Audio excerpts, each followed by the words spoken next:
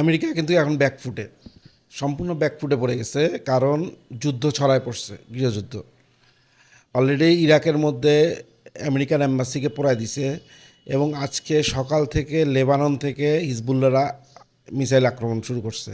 হুতি তো গত পরশু দিনই শুরু করে দিচ্ছে, হচ্ছে লোহিত সাগরে রেড সি বন্ধ করে দিচ্ছে। এদিকে গতকালকে কিন্তু হরমুজ প্রণালীতে একটি তেলবাহী জাহাজে হচ্ছে হামলা চালাইছে হচ্ছে আইআরজিসি। আরও বড় কথা হচ্ছে একটা বড় বিজয় হিসেবে নিতে পারেন, সেটা গতকালকে ট্রাম্প সকালের দিকে বলল যে এখন আমরা ইরানের সাথে আলোচনায় বসতে চাই, এবং ইরানের নতুন লিডাররা আমাদের সঙ্গে কথা বলতে চাচ্ছে, আমিও রাজি আছি, যুদ্ধ এখন বন্ধ করা উচিত। সাথে সাথে ইরান থেকে কিন্তু লারজানি, এখন যে মোটামুটি ক্ষমতার আশেপাশে যে কয়েকজন আছে তাদের মধ্যে লারজানি অত্যন্ত গুরুত্বপূর্ণ একজন নেতা ইরানের, সে কিন্তু এক্স হ্যান্ডেলে বলছে আমরা কোনো ধরনের আলোচনায় বসবো না, যুদ্ধ তোমরা শুরু করছো, যুদ্ধ আমরা শেষ করব। আর এদিকে কিন্তু এই 11টা দেশে কিন্তু হামলা চালাইছে সম্মিলে, হিসাব করলে 11টা না, 8-9টাতে হবে।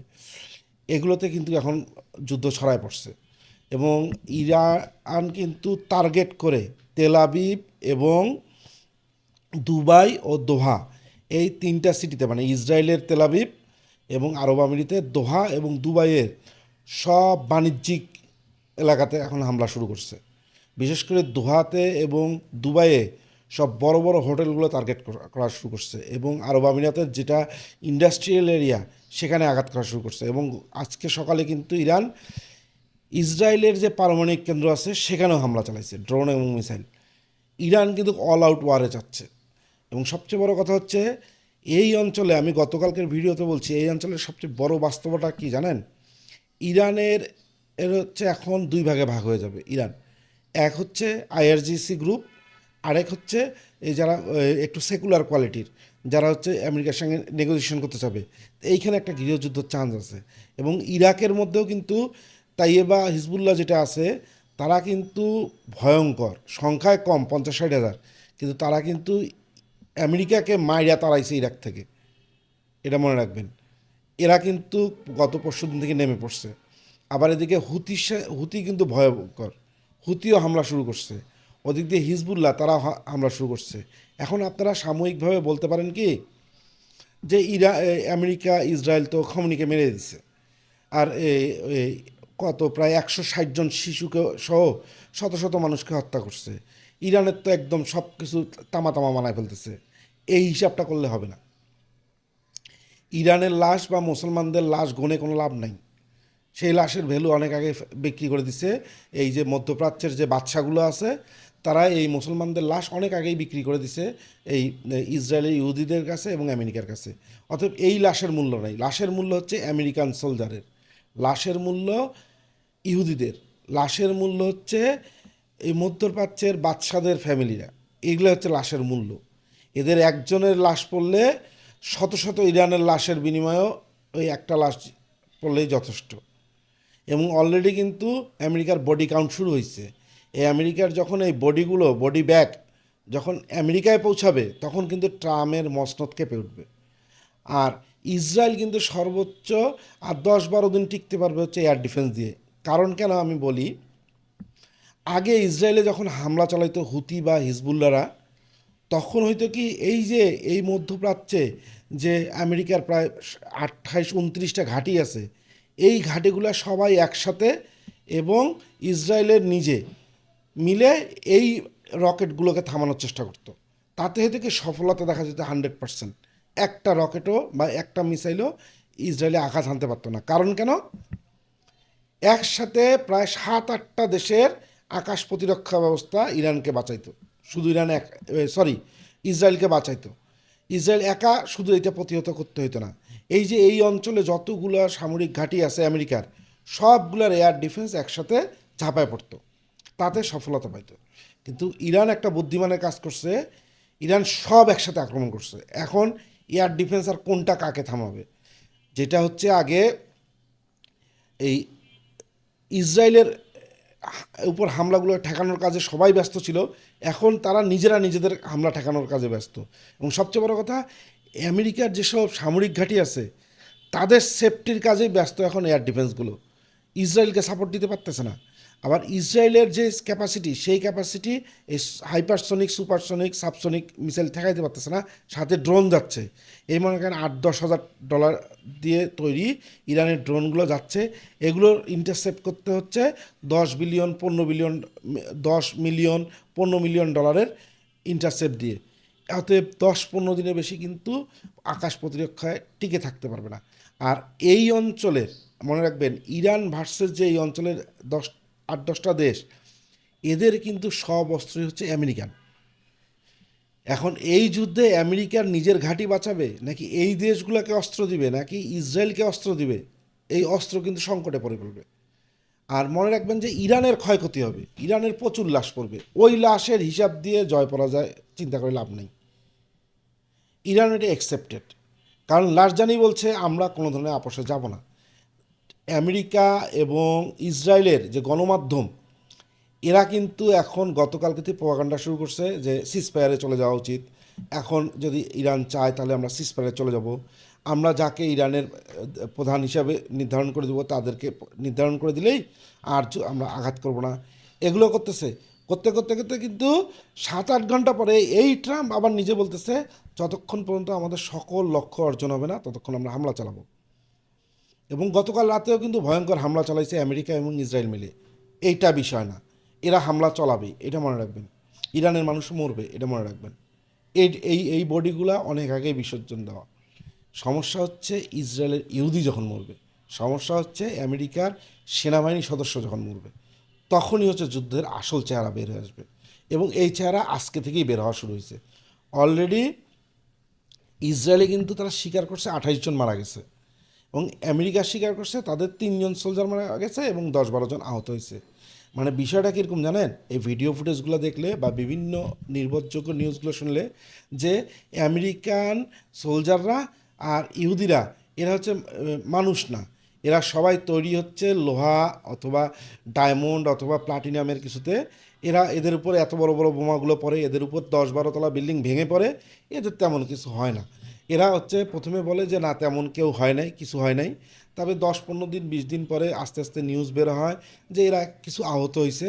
এবং সবচেয়ে বড় কথা হচ্ছে 3-4 মাস পরে দেখা যায় এই মানুষগুলোকে আর খুঁজে পাওয়া যায় না, মানে পুরাই গায়েব। এই নিউজটা পুরাই গায়েব করে দেয়। এটাতে ইসরায়েলও করে, এটা আমেরিকাও করে, কখনো তাদের মৃতের সংখ্যা বাইরে আসতে দেয় না। আর মিডিয়া তো তাদের একদম কেনা গোলাম। বাংলাদেশের যেমন পতিতা মিডিয়া, তাদেরও পতিতা মিডিয়া আছে। তো এই এখন তো পুরো মিডিয়া ইন্ডাস্ট্রিটাই একটা পতিতা ইন্ডাস্ট্রি। মানে পতিতা বললে সরি, পতিতাদেরকে অপমান করা হয়, তার থেকেও নিকৃষ্ট পেশাজীবী হচ্ছে সাংবাদিকরা। এই বাংলাদেশের সাংবাদিকদেরকে দেখেন না, এদের এদের এত মনে করেন একদম লোয়ার ক্লাস পতিতার থেকেও খারাপ। আর ওরা হচ্ছে একটি স্মার্ট খারাপ। কিন্তু এই অবস্থা, এরা সত্য কথা বলবে না। আমেরিকার কিন্তু খবর হয়ে গেছে আজকে, আমেরিকারও খবর হয়ে গেছে।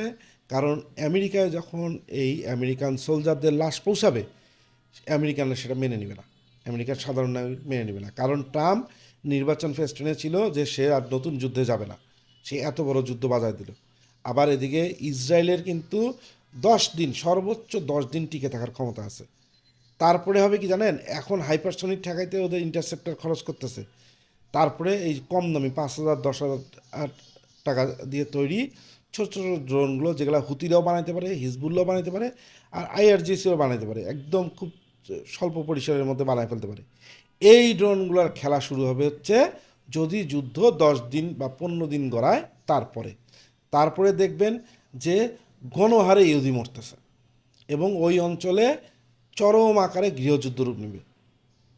এটা যদি ইরানের এই যুদ্ধটা 10 থেকে 15 দিন গড়ায়, 15 দিনের পরে দেখবেন তামা তামা মানায় ছাড়বে। কারণ কেন, এই যে বিদ্রোহী গোষ্ঠীগুলো আছে, বিপ্লবী গোষ্ঠী, বিদ্রোহী না, এরা কিন্তু অনেক দিন থেকে মাইর খাওয়ার অভ্যাস। এদের কাছে এদের বিলাসী জীবনের দরকার নেই, এরা এক কাপড়ে পরে একবেলা খেয়ে যুদ্ধ করে। কিন্তু ইসরায়েলের ইহুদিরা তো লাট সাহেব, তারা কি পারবে? আমেরিকান সোলজাররা তো লাট সাহেব, তারা কি পারবে? পারে নাই। কিন্তু আফগানিস্তানে কিন্তু পা ধরে মাপছে পালাইতে হয়েছে, ইরাক থেকেও পা ধরে মাপছে পালাইতে হয়েছে, ভিয়েতনাম থেকেও পালাইছে। আমেরিকার কিন্তু লং টাইম যুদ্ধে জয়ের একটা রেকর্ড নেই। যে যুদ্ধ 1 মাসের উপরে গড়াইছে সেই যুদ্ধে আমেরিকা হারছে। অতএব এখন চেষ্টা করতেছে আমেরিকা এবং ইসরায়েল যত তাড়াতাড়ি ইরানকে মোটামুটি ধ্বংস করে যুদ্ধটা সিজফায়ারে নিয়ে আসতে। কিন্তু ইরানের এখন পর্যন্ত যা বোঝা যাচ্ছে ইরান এটা মানবে না। ইরান মানবে না কেন? ইরানের রাজনৈতিক ব্যক্তিরা মানতে পারে, কিন্তু আইআরজিসি মানবে না। কারণ ওরা জানে যে এখন স্যারেন্ডার করাও মানে মৃত্যু, যুদ্ধ করে মরাও মানেও মৃত্যু। অতএব তারা কিন্তু স্যারেন্ডার করবে না যতটুক মনে হচ্ছে, এবং এটা গৃহযুদ্ধর আকার নেবে। পুরা শিয়া সম্প্রদায় এখন নামছে যুদ্ধে। এখানে সুন্নি একটা অংশও যোগ দিবে শিয়াদের সাথে, কারণ ওইখানে কিন্তু একটা বড় অংশ আছে সুন্নিরা যারা বঞ্চিত, যারা এই ইসরায়েলের উপর ক্ষোভ আছে, এবং এই যে আরব আমিরাত, সৌদি আরবের বাদশাহ এদের উপর ক্ষোভ আছে। এই হামাস গ্রুপটা যেটা, এরা তো সুন্নি, এরাও যখন অ্যাক্টিভ হয়ে যাবে তখন কিন্তু এই যুদ্ধ নিয়ন্ত্রণ করা সম্ভব না। তখন পুরা মধ্যপ্রাচ্যের প্রায় 17-18টা দেশ মিলায় পুরা একদম এই পাশ দিয়ে পাকিস্তান সহ সবগুলাই যুদ্ধে জড়ায় যাবে। অতএব সামনে কিন্তু ভয়ঙ্কর দিন আসতেছে। আর বাংলাদেশের যে কী বিপদ সেটা তো আমি আমার ভিডিওতে আছে, দেখিয়েন। বাংলাদেশও কিন্তু ভয়ঙ্কর বিপদে পড়তে যাচ্ছে। এখন কিন্তু ধীরে ধীরে খবর বের হচ্ছে যে খামেনিকে মিসাইল আঘাত, খামেনি যে প্যালেসে ছিল সেখানে মিসাইল আঘাত করারও অনেকক্ষণ আগে চায়না থেকে ইন্টেলিজেন্সি রিপোর্ট দিছে বা ইনপুট দিছে যে ইসরায়েল হামলা করতে যাচ্ছে, আমেরিকা হামলা করতে যাচ্ছে। খামেনি কিন্তু চাইলে বাংকারে চলে যেতে পারত। খামেনি কিন্তু অনেকটা বলতে গেলে আত্মহত্যাই করছে। সে জেনে বুঝে ওই প্যালেসে ছিল। এবং খামেনি কিন্তু মৃত্যুর আগে সর্বশেষ তার বক্তব্যে বলছে যে আমি বিদ্ধ হয়ে গেছি, আমি এখন যুদ্ধে যেতে পারবো না, বরঞ্চ আমার লাশ তোমাদের ঐক্য আরও অটুট করবে। এবং প্রত্যেকটা স্তরে, একদম প্রত্যেকটা লেয়ারে 4জন করে বিকল্পের নাম কিন্তু সে ঘোষণা করে দিয়ে গেছে। এই যে খামেনি চলে গেছে, এইটাতে কিন্তু এখন আইআরজিসি আরও বুস্ট আপ হয়েছে, এবং আইআরজিসির প্রতিটি সদস্য কিন্তু মারাত্মক খামেনি ফ্যানেটিক। তারা কিন্তু খামেনির মৃত্যু সহজভাবে নেবে না, এবং সকল অস্ত্র তাদের হাতেই।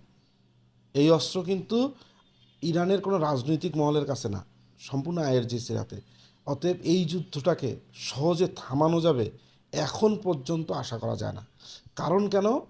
এই যুদ্ধ থামলেই এন্টি খামেনি যে গ্রুপটা আছে তারা ক্ষমতায় আসবে, এবং তারা যখন ক্ষমতায় আসবে তখন এই আইআরজিসির বিচার শুরু করবে। কারণ এই আইআরজিসির বিরুদ্ধেও কিন্তু অনেক ধরনের অভিযোগ আছে, এবং সম্পূর্ণ আমেরিকা ব্লক যদি গভর্নমেন্ট আসে তাহলে কিন্তু এই আইআরজিসির এমনিতেই মৃত্যু। অর্থাৎ তারা কিন্তু এটা ছেড়ে দিবে না।